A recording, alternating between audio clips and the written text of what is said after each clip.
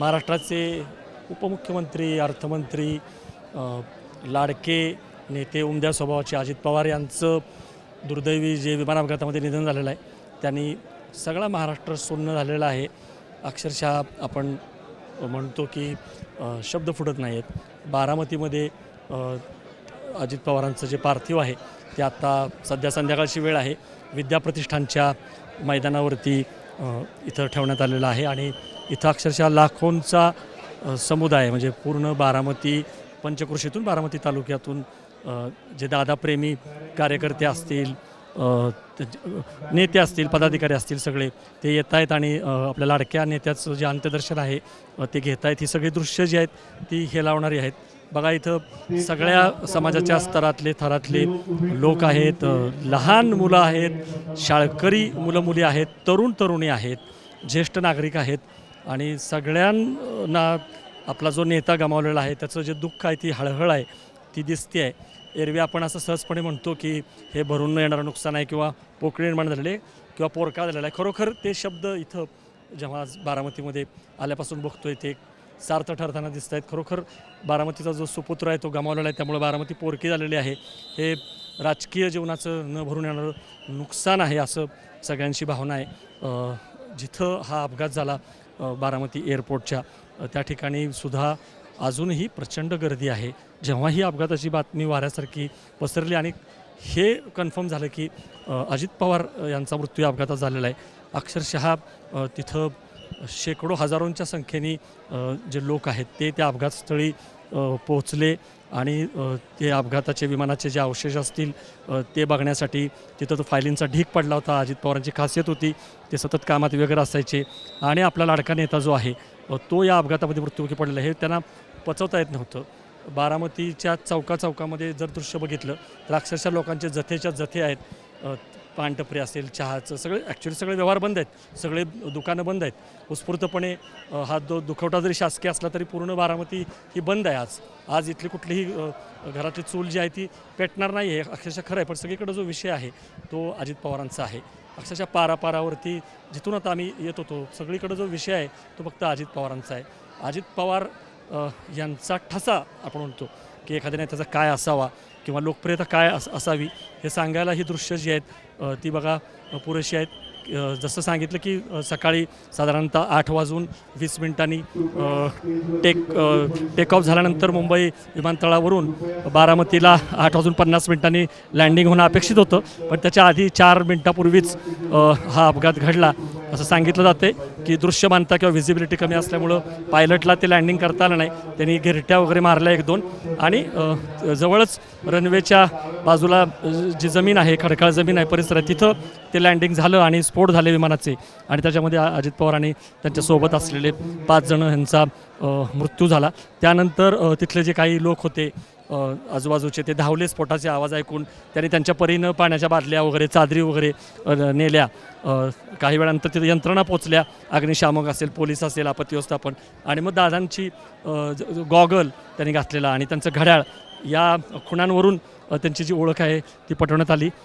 सगळ्यांना इथल्या जे जिल्हा रुग्णालय बारामतीचं अहिल्याबाई होळकर तिथं त्यांना तातडीनं हलवण्यात आलं, परंतु तिथं जो मृत्यू आहे तो जळून जागीच झाला होता असं सांगण्यात आलं. नंतर ही सगळी बातमी पसरली. जशी ही वार्ता पसरली तशी सगळे लोकांचे जे लोंढे आहेत ते जसं म्हटलं तसं की आधी एअरपोर्टकडं जिथं अपघात घडला त्या ठिकाणी आणि त्याच्यानंतर रुग्णालयामध्ये की जिथं अजित पवारांचा आणि सगळ्यांचा मृतदेह जो आहे वेगवेगळ्या चाचण्यांसाठी, पोस्टमॉर्टमसाठी किंवा DNA तपासासाठी वगैरे तिथं सगळा तो लोटला.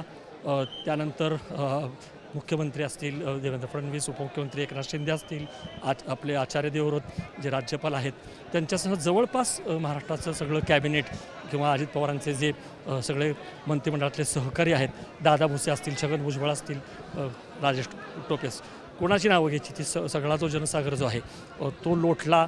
आणि पूर्ण महाराष्ट्रावरती अक्षरशः अवकाळा पसरलेले, दुःखाचा डोंगर पसरलेला आहे. बारामतीकरांचं आणि त्यांचं खास नातं होतं. आपण तसं म्हटलं की समीकरणच होतं, अजित पवार म्हणजे बारामती आणि बारामती म्हणजे अजित पवार. राजकारण हा त्यांचा जरी श्वास असला तरी बारामतीचा विकास हा त्यांचा ध्यास होता. ठिकठिकाणी जर आपण बघितलं की बारामतीमध्ये सगळ्या ज्या विकासाच्या ज्या खुणा आहेत त्याच्यावरती एक मोहर जी दिसते ती अजित पवार या नावाची दिसते.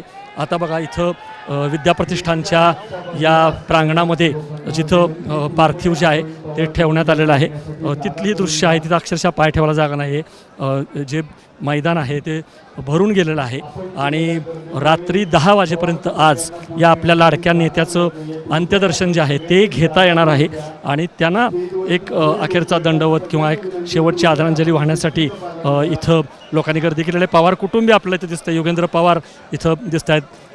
काही वेळापूर्वी इथं सुप्रिया सुळे होत्या. अजित पवारांचे जे पुत्र आहेत जय किंवा पार्थ, जय यांचं नुकतंच लग्न झालेलं आहे. त्यांची पत्नी असेल किंवा अजित पवारांचे बंधू असतील, श्रीनिवास पवार असतील किंवा रोहित पवार, राजेंद्र पवार, हे सगळे जे आहेत ते इथं हजर आहेत. स्वतः शरद पवार काका, प्रतिभा काकी हे देखील आले तातडीनं. त्यानंतर एअरपोर्टवरती तर त्यांनी पाहणी पण केली, माहिती घेतली आणि ते सुद्धा याच परिसरामध्ये इथं आलेले आहेत. इथून असं सांगितलं जातं आहे की उद्या सकाळी 9 वाजता गदिमा सभागृह जे आहे या विद्याप्रतिष्ठानच्या प्रांगणातलं तिथून अंत्ययात्रा जी आहे ती काढली जाणार आहे. अजित पवार यांचं जे पार्थिव आहे ते फुलांनी सजवलेल्या वाहनावरती ठेवलं जाईल आणि बारामतीमधले जे प्रमुख रस्ते आहेत तिथून ते एक शेवटचं दर्शन आपल्या लाडक्या नेत्याचं बारामतीकरांना घेता यावं यासाठी ती अंत्ययात्रा जी आहे ती निघेल आणि साधारणतः 11च्या सुमारात ती परत इकडंच म्हणजे या विद्याप्रतिष्ठानच्याच प्रांगणामध्ये मैदानावरती ते येईल. साधारणतः 2 तास ही अंत्ययात्रा चालेल असं सांगण्यात येते आणि त्यानंतर आपल्या देशाचे पंतप्रधान नरेंद्र मोदी, गृहमंत्री किंवा सहकार मंत्री अमित शहा हे इथं पोहोचणार आहेत. अर्थातच देवेंद्र फडणवीस, एकनाथ शिंदे आणि सगळे सहकारी हे पुन्हा तिकडं हजर असणारच आहेत आणि पूर्ण या सगळ्या शासकीय इतमामामध्ये अखेरची जी मानवंदना आहे किंवा अंत्यसंस्कार आहेत ते अजित पवारांवरती केले जाणार आहेत. पण आपण बघतोय की त्याआधी आजची जी सकाळ आहे जी उगवलेली आहे ती अक्षरशः नको वाटणारी सकाळी. अनेक वेळा काही अशा बातम्या असतात की ज्या खोट्या ठरवत असं वाटत असतं पण त्या दुर्दैवाने खऱ्या ठरतात. अनेक लोक आता हळहळ करतायत, गोपीनाथ मुंडे यांच्या अपघाती निधनाची आठवण काढतायत किंवा अकालीच जे महाराष्ट्राचे अनेक नेते विलासराव देशमुख असतील, आर पाटील असतील, प्रमोद महाजन असतील, हे जे राजू सातव असतील, हे जे गेले. तसंच अजित पवार हे अत्यंत उमद्या स्वभावाचे निर्मळ मनाचे नेते. जिथं जिथं आता आम्ही बघतोय दृश्य, जिथं जसं एअरपोर्टवरती लोक अजितदादा अमर रहेच्या घोषणा देत होते किंवा या परिसरामध्ये पण लोक आठवणी काढत आहेत. तर अजित पवार यांचा जो मिश्किलपणा आहे ते रोखठोक होते, कडक नेते होते, त्यांचा आवाज कठोर होता परंतु त्यांचा वक्तशीरपणा होता. त्यांना टापटीप स्वच्छता ही आवडायची. भल्या पहाटे 5:30-6लाच ते निघायचे. या सगळ्या आठवणी ज्या आहेत त्या सांगितल्या जात आहेत. स्वतः अजित पवारही म्हणायचे की मी इतक्या सकाळी लवकर निघतो त्याचं कारण की जनतेला त्रास होणे म्हणून. कारण एकदा मग आम्ही मंत्री लोक आलो, आमचा कॉन्वॉय आला की मग लोकांना त्रास होतो, ट्रॅफिक जॅम. तर ती एक छाप होती, कामाचा माणूस आहे अशी त्यांची प्रतिमा होती. त्यामुळे इथं बघा की बारामती तर पॅटर्न आहे विकासाचा. बारामतीची तर भुरळ विरोधकांना पण पडते की आणखीन 100 बारामती व्हायला पाहिजे असं अरुण जेटली म्हणाले होते किंवा सुषमा स्वराज. जो नेता इथं येतो तो बारामतीला भेट दिल्यानंतर काय विकास केलेला आहे तो बघतो आणि तसं आपल्या शहराचा गावाचा विकास का नाही आहे हे होतं. आणि अजित पवारांनीसुद्धा मी उपमुख्यमंत्री आहे, मी अर्थमंत्री आहे, माझ्याकडं तिजोरीची चावी आहे, मला तुम्ही निधी द्या, मी तुमचा विकास करून दाखवतो. बारामतीला टॉपचं देशातलं फक्त राज्यातलंच नाही तर शहर बनवण्याचा त्यांचा जो ध्यास होता आणि सतत तो त्यांच्या बोलण्यामध्ये त्यांच्या कृतीमध्ये तो दिसून यायचा. आणि 24 तास राजकारण करणारे ते नेते होते, फील्डवरचे ते हे होते. सकाळपासूनच ते कामाला लागायचे आणि प्रशासनावरती एक कमांड असलेला, पकड असलेला जो नेता आहे ती त्यांची ख्याती होती. जसं मी सांगितलं की अनेक वेळा ते त्यांच्या स्वतःच्याच बोलण्यातून अडचणी द्यायचे परंतु स्वतःवरती पण ते विनोद करायचे.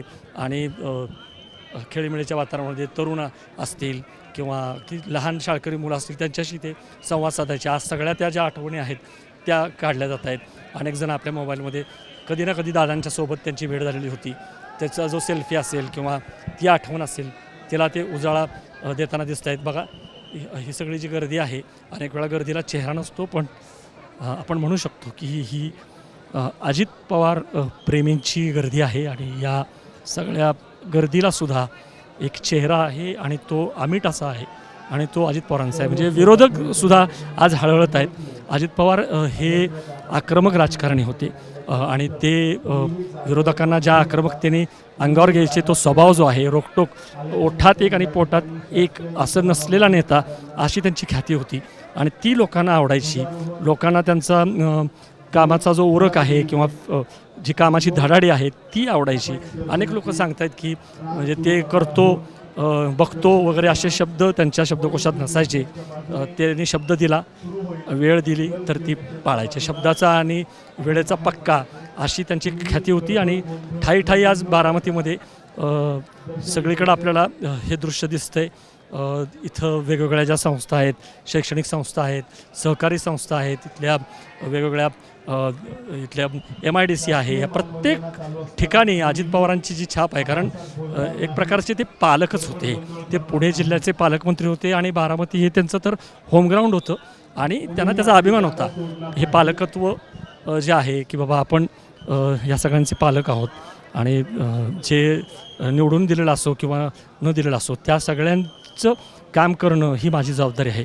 निवडणुकीच्या काळापुरतं आरोप प्रत्यारोप झाल्यानंतर परत ते खेळीमेळीने यायचे. म्हणजे त्यांचे अनेक उदाहरणं देता येतील. पुण्यामध्ये आता नुकतीच जी सायकल टूर झाली त्याला प्रतिसाद प्रचंड मिळाला. ते बघून म्हणाले की असाच प्रतिसाद पुणेकरांनी आमच्या पक्षाला जर महापालिका निवडणुकीत दिला असता तर बरं झालं असतं. त्यातनं मिश्किलपणा जो आहे तो कळतो. त्यांची जी हातोटी होती संवाद साधण्याची कार्यकर्त्यांशी असेल तर ती इथं बघायला मिळते. त्यामुळे बघा की अजूनही गर्दी जी आहे ती थांबायचं नाव घेत नाही आहे. सकाळी घटना घडलेली आहे लवकर आणि संध्याकाळ होत आलेली आहे. काही वेळानंतर अंधारी पडेल, परंतु लोकांचा जो ओघ आहे तो इथं आटताना दिसत नाही आहे. फक्त बारामती नाही, फक्त पुणे जिल्हा नाही, तर राज्याच्या वेगवेगळ्या भागातून नेते मंडळीच नाहीत, कार्यकर्तेच नाहीत, सामान्य माणसं जी आहेत ती जी आहेत ती येत आहेत आणि आपला जो नेता आहे तो आता नाही आहे हे पचवणं त्यांना जड जातं आहे आणि त्याला एक अखेरची मानवंदना देण्यासाठी त्याचं अंत्यदर्शन घेण्यासाठी म्हणून अत्यंत शांतपणे शिस्तबद्ध पद्धतीनं ते येत आहेत. इथं पोलिसांनी चोख बंदोबस्त ठेवलेला आहे आणि जसं सांगितलं की आज एअरपोर्टवरनं आधी रुग्णालयातून विद्याप्रतिष्ठानचं प्रांगण आणि आता विद्याप्रतिष्ठानच्या प्रांगणामध्येच रात्री 10 वाजेपर्यंत अंत्यदर्शन आणि सकाळी पुन्हा 9 वाजता अंत्ययात्रेला सुरुवात गदिमा सभागृहापासून आणि बारामतीतल्या प्रमुख रस्त्यावरून लोकांना अंत्यदर्शन घेऊन परत याच प्रांगणामध्ये पार्थिव जे आहे ते आणलं जाईल आणि देशाचे जे पंतप्रधान आहेत नरेंद्र मोदी, गृहमंत्री अमित शहा, महाराष्ट्राचे मुख्यमंत्री फडणवीस, उपमुख्यमंत्री एकनाथ शिंदे, सगळे कॅबिनेटचे सहकारी वेगवेगळे नेते हे सगळे येतील. आजसुद्धा केंद्रीय हवाई मंत्री असतील नायडू किंवा मुरलीधर मोहोळ ज्यांच्या अंतर्गतच हवाई उड्डयन खातं येतं ते सुद्धा येऊन गेले. त्यांनीसुद्धा हे चौकशी जी आहे मुख्यतः, कारण अजूनही लोकांमध्ये हे सांगितलं पाहिजे की हा अपघात जरी असला तरी अजूनही काही लोकांना असं वाटतं की ह्याच्यामध्ये काही काळबेरं तर नाही आहे ना, काही घातपात तर नाही आहे ना, दादांचा कोणताच PA कसा नव्हता, मग जे विमान होतं ते लँडिंग जर होणार नव्हतं तर मग परत पुण्याला का केलं नाही, किंवा लँडिंग करण्याचा हा आग्रह काय होता, शेवटचा संदेश काय होता. लोकांना उत्सुकता आहे. ब्लॅक बॉक्स वगैरे आहे त्याची तपासणी होईल किंवा DGCA चौकशी करेल. त्यामुळं कुठंतरी काहींच्या मनात होईना की ही जी घटना आहे तर त्याच्यामध्ये काहीतरी कॉन्स्पिरसी किंवा काहीतरी षडयंत्र वाटतंय ते आहे की नाही आता आपण ठामपणे सांगू शकत नाही. आपण एवढंच म्हणू शकतो की अधिकृत आपल्याला जी माहिती मिळते त्यानुसार आत्ता तरी हा अपघात आहे तो तांत्रिक काय बिघाड झाला आहे का मानवी चूक आहे पायलटची हे अजून स्पष्ट झालेलं नाही आहे. परंतु चूक जी आहे ती नक्कीच काहीतरी झालेली आहे. म्हणजे इंजिनमध्ये काहीतरी ऐनवेळी बिघाड झाला का, तांत्रिक बिघाड. अहमदाबादच्या अपघाताची आठवण काढली जाते किंवा लोक तुलना करतायत. त्याच्या आधी पण अनेक नेते जे आहेत ते विमान अपघातामध्ये मृत पावलेले आहेत त्याची तुलना केली जाते. त्यामुळं लोकांमध्ये निश्चितपणे त्यांच्या अकाली जाण्यामुळं, अपघाती जाण्यामुळं शंका आहे, संशय आहे, परंतु हळहळ आहे. त्या पलीकडे जाऊन आपण असं म्हणू शकतो की आज पूर्ण महाराष्ट्रावरती खरोखर शोककळा पसरलेली आहे आणि बारामतीमध्ये तर अजिबातच व्यवहार सगळे बंद आहेत. प्रत्येकजण इथं दुःखी आहे. इथं एकही दुकान सुरू नाही आहे. सगळे रस्ते जे आहेत ते जाम आहेत. गर्दी मोजता येणार नाही आकड्यामध्ये, एवढी गर्दी आहे लोकांच्या घोषणा आहेत आणि लोकांचा जो ओघ आहे तो जिथं अजित पवारांचं पार्थिव ठेवलेलं आहे तिथं तो आहे, तो येत राहील.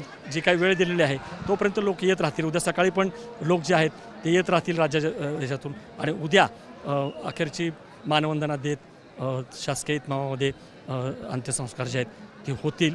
त्यामुळं बॉलिवूडवरती तुम्ही या सगळ्याचं जे रिपोर्टिंग आहे ते तुम्ही उद्या पण बघू शकाल. पण आज दिवसभराचा हा सगळा आम्ही तुम्हाला आढावा दिलेला आहे, रिपोर्ट दाखवलेला आहे आणि आत्ता काय स्थिती आहे ती पण आम्ही तुम्हाला दाखवलेली आहे. कॅमेरामन अजितसह मी अद्वैत, बोलबिडू करता, बारामती.